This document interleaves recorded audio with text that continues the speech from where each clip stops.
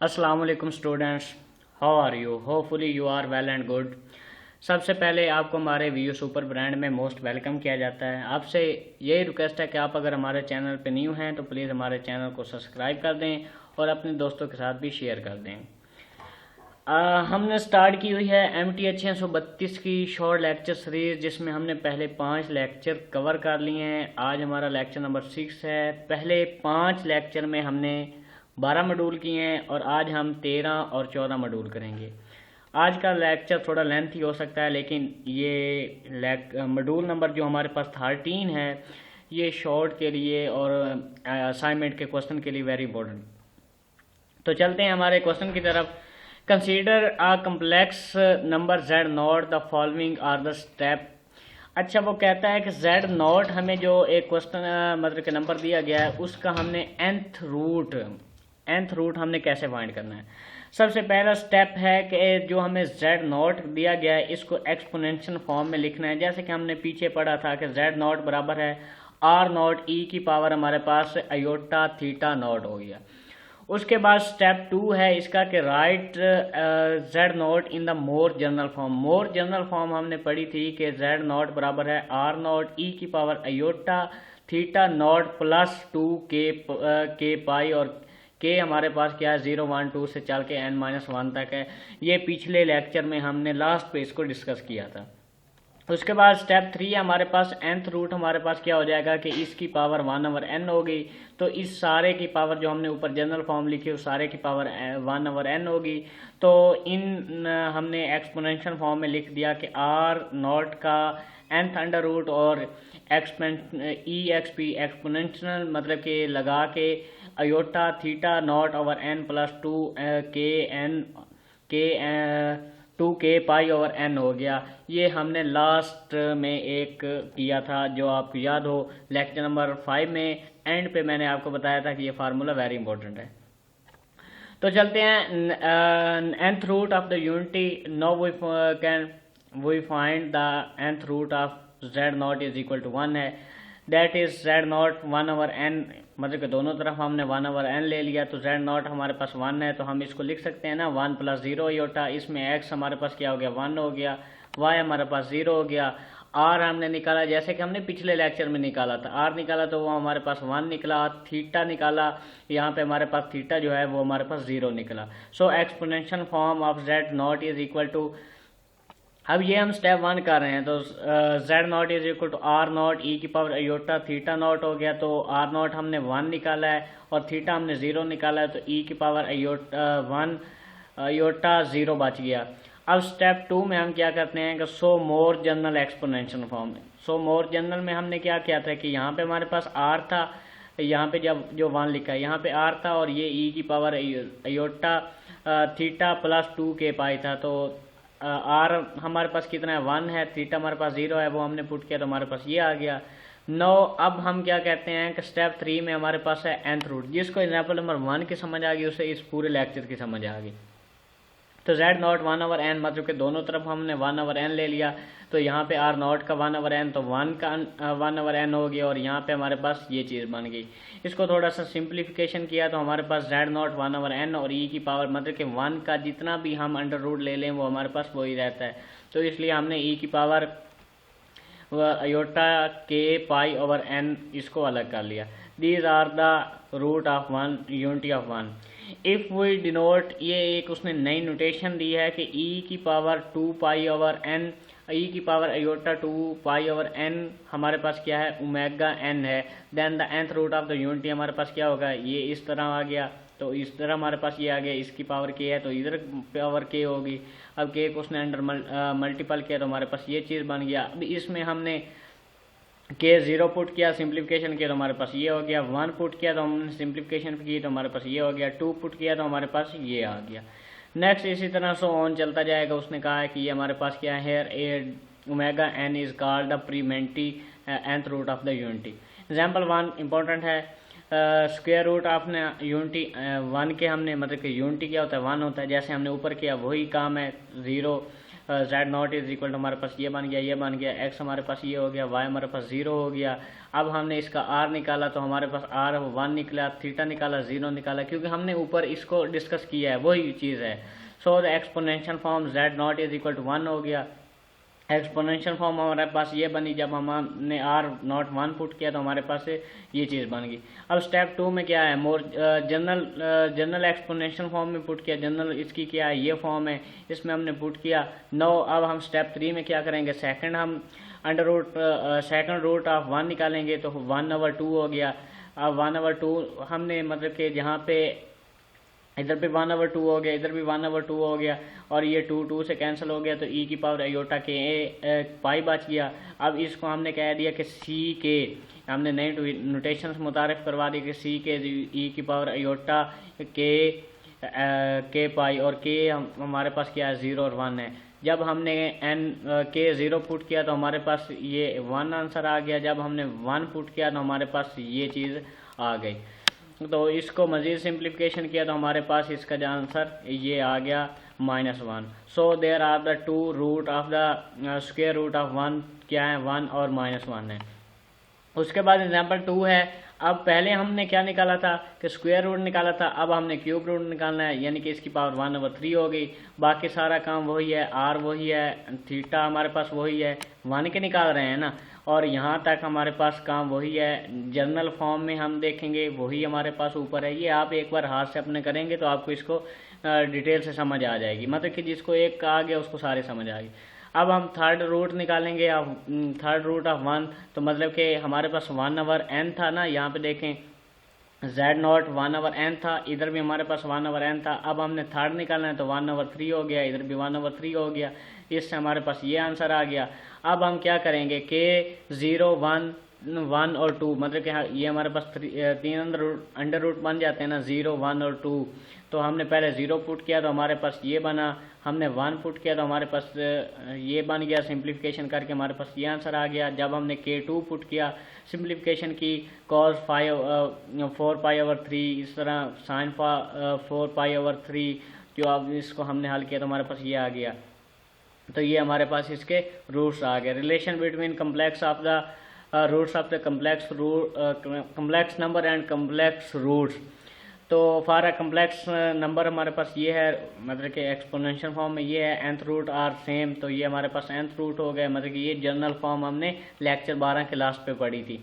अब वो क्या कहता है कि k हमने पुट किया 0 1 2 3, तो ये ओमेगा n की पावर k, ये भी हमने ऊपर डिस्कस किया, वो किसके बराबर होते हैं, e की पावर आयोटा 2k पाई ओवर n हो गया। तो यहाँ पे इस फैक्टर की जगह उसने हमारे पास ओमेगा n की पावर k पुट कर दिया है। बाकी सारा काम यही है, ये सिंपल सी कैलकुलेशन है, आप इसको आसानी से देख सकेंगे।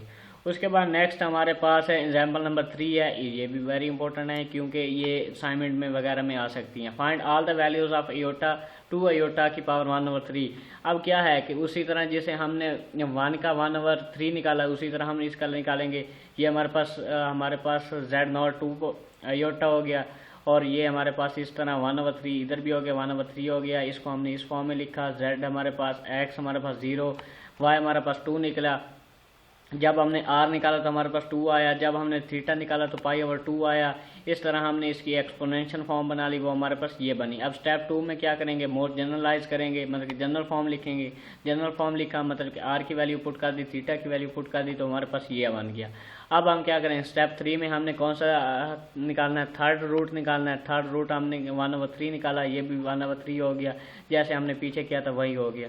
अब हमारे पास क्या हो गया, के हमारे पास 0 1 2 और 1 2 हो गया। 0 पुट किया तो हमारे सिंप्लीफिकेशन की ये आ गया। ये तेज तेज समझा रहा हूँ क्योंकि लेक्चर काफ़ी लेंथी हो जाएगा। उसके बाद हमारे पास क्या है, 1 पुट करेंगे, 2 पुट करेंगे तो हमारे पास ये जवाब आ जाएंगे।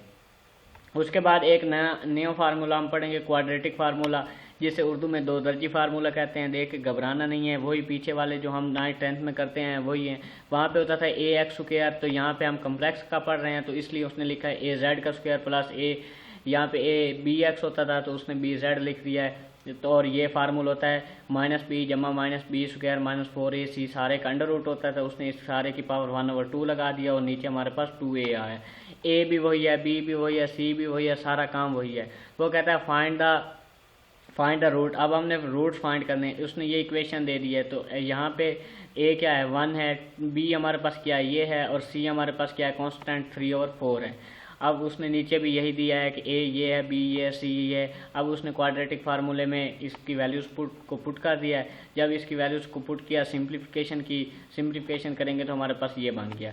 Now we solve. अब हम क्या करेंगे, z0 हमने ये 4 अयोटा मतलब कि जिसकी पावर हमने इसका हमने स्क्वायर रूट निकालना था ना, तो वो ही हमने ले लिया कि अयोटा यहाँ पे किसका स्क्वायर रूट है 4 अयोटा का है। तो हमने z0 = 4 अयोटा कह दिया, इसकी 1/2 हो गया, इधर भी 1/2 हो गया। अब ये हम इसको क्या स्टेप 1 में क्या करेंगे, एक्सपोनेंशियल फॉर्म में बनाएंगे। तो ये हमारे पास, इसको हम इस फॉर्म में लिखते हैं, zx हमारे पास ये, y हमारे पास ये। सिंप्लीफिकेशन की मतलब कि r लिया, आर्क वही है जैसे हम डिस्टेंस लेते थे, पिछले लेक्चरों में कर चुके हैं। तो वो हो गया। उसके बाद हमारे पास ये हमारे पास थीटा हो गया। थीटा के बाद हमने नेक्स्ट ये एक्सपोनेंशियल फॉर्म में हमारे पास हो गया ये वाली चीज़। नेक्स्ट हम क्या करेंगे कि स्टेप 2 में क्या करेंगे, जनरल फॉर्म में हमने r और थीटा की वैल्यू पुट कर दी। उसके बाद हमने इसकी स्टेप 3 में जो उसका स्क्वायर रूट निकालना है वो हमने पुट कर दिया। के हमारे पास क्या हुआ 0 और 1 हुआ। के 0 पुट किया तो हमारे पास ये आ गया। उसके बाद के 1 पुट किया तो हमारे पास ये चीज़ आ गया। नो वो use the following values of the मतलब कि यहाँ पे हमारे पास था ना 4 अयोटा का अंडर रूट, यानी कि 4 अयोटा की पावर 1/2, तो उसकी जगह हमने ये वैल्यूज़ पुट कर दी तो हमारे पास ये आंसर आ गया। उसके बाद इसका नेक्स्ट है हमारे पास मॉड्यूल नंबर 6। मॉड्यूल नंबर 6 में हम देख लेते हैं, इसमें सिर्फ थोड़ी सी डेफिनेशन है, उन पे ही गौर करना है। सबसे पहली डेफिनेशन है हमारे पास सर्कल की। तो सर्कल में देख लेते हैं, a circle, what is circle? A circle is a plane in a set of point whose distance from a fixed point say z0 और is a constant C the point z0 is called centre. यानी कि ये circle है तो ये हमारे पास क्या है, ये हमारे पास सेंटर है, इसको हम रेडियस भी बोलते हैं। और ये एक उसने लाइन खींच दी है जो कि हमारे पास किससे, सर्कल के जो पॉइंट्स हैं उनके साथ टच हो रही है। ये डेफिनेशन है, आप इसको आसानी से देख सकते हैं। उसके बाद वो कहता है कि if we want to describe the different properties of the region then we use the notation। हम क्या नोटेशन यूज़ करेंगे, गिवन 2 पॉइंट। अब अगर हमें 2 पॉइंट गिवन हो z1 और z2 तो उसको हम डिस्टेंस, उनका हम डिस्टेंस कैसे लेते हैं, z1 - z2 और इसका मॉड हो गया। इसकी सिंपल सी बात है। उसके बाद the equation of the circle देख लेते हैं। The equation of circle of the radius epsilon, इसको कहते हैं epsilon and centre z0 gives by. तो ये हमारे पास क्या हो गया, बराबर हो गया z - z0 mod is equal to epsilon. This equation describe those points z whose distance from z0 is constant हमारे पास क्या है, एप्सिलॉन है। रीमार्क्स में हमने जो चीज़ बेटा इसकी इंपॉर्टेंट है मैं वही करवाऊंगा, आपको बता दूंगा। मतलब कि the distance of point z0 inside, अब इनसाइड हो हमारे पास द डिस्क इज ये DIS जो लिखा हुआ है ना, डिस्क बोल रहे हैं या डिस्टेंस बोल रहे हैं, इज लेस देन हमारे पास एप्सिलॉन होगा। मतलब कि ये देखें कि z - z0 mod less than हो एप्सिलॉन के तो वो होता है इनसाइड, और अगर ये ग्रेटर देन हो एप्सिलॉन के तो वो हमारे पास क्या होता है, आउटसाइड होता है। उसके बाद आप क्लोज डिस्क, तो हम क्लोज डिस्क के बारे में बात कर लेते हैं। जैसे कि ये थोड़ा सा आपको पता ही हो, टोपोलॉजी में आप इसको डिस्कस कर चुके हैं। Are close discs distance with centre z0 and radius epsilon is defined by. तो ये हमारे पास क्या है, अब यहाँ पे आपने एक बात याद रखनी है कि क्लोज की बात कर रहा है तो यहाँ पे देखें लेस देन इक्वल टू का साइन है। तो होता क्या है कि ये आपकी क्लोज है ना, all close point are included which is inside in the distance and boundary of the distance. यानी कि कहने का क्या मतलब कि ये जो आपको सर्कल दिया गया है इसकी जो बाउंड्री ये ब्लैक से नज़र आ रही है, ये भी और जो ये है आपके अंदर, ये सारा इसमें इंक्लूड होता है क्लोज डिस्क में। लेकिन जब ओपन की बात करेंगे, ओपन की बात होती है z minus Z not mod और लेस देन। अब यहाँ पे पिछले वाले में इक्वल था, यहाँ पे इक्वल नहीं है, तो ये क्या है, लेस देन एप्सिलॉन। तो इसमें क्या है कि there is no inequality sign, और इसमें ये जो बाउंड्री के डॉट्स से लगे होते हैं, ये डॉट्स से जो है आपके, ये आपके इंक्लूड नहीं होते, सिर्फ ये वाली जो अंदर वाली चीज़ है सिर्फ ये इंक्लूड होती है।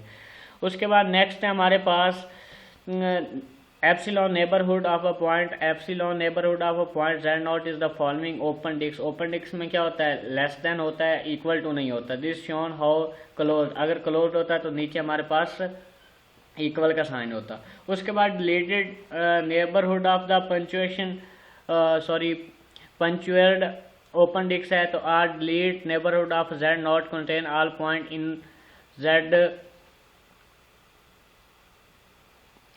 Neighbourhood Z X Z not expect. ये चीज़ आपने सिर्फ याद रखनी है नेबरहुड डिलीट नेबरहुड के लिए कि आपको कोई भी इसका एमसीक्यूज आ सकता है। उसके बाद इंटीरियर पॉइंट का आपको पता ही है कि अंदर वाले पॉइंट होंगे। A point Z not is called an interior point of a set S whenever there is a neighbourhood of Z not contain in S. मतलब कि ये आपके एक सारे देखें एस दिया गया है ना, तो कोई भी पॉइंट इसमें लाई कर रहा है तो ये आपका क्या है, इंटीरियर पॉइंट है। उसके बाद एक्सटीरियर है कि यहाँ पे क्या है कि a point Z not is an exterior point of set S whenever there is a neighbourhood of Z not contain in. मतलब कि वो एस जो स्पेस आपको दी गई है, वो पॉइंट जो आप ले रहे हैं वो एस में कंटेन नहीं करता। उसके बाद बाउंड्री पॉइंट है, अ point Z not is called boundary point of the set S if it is nether and.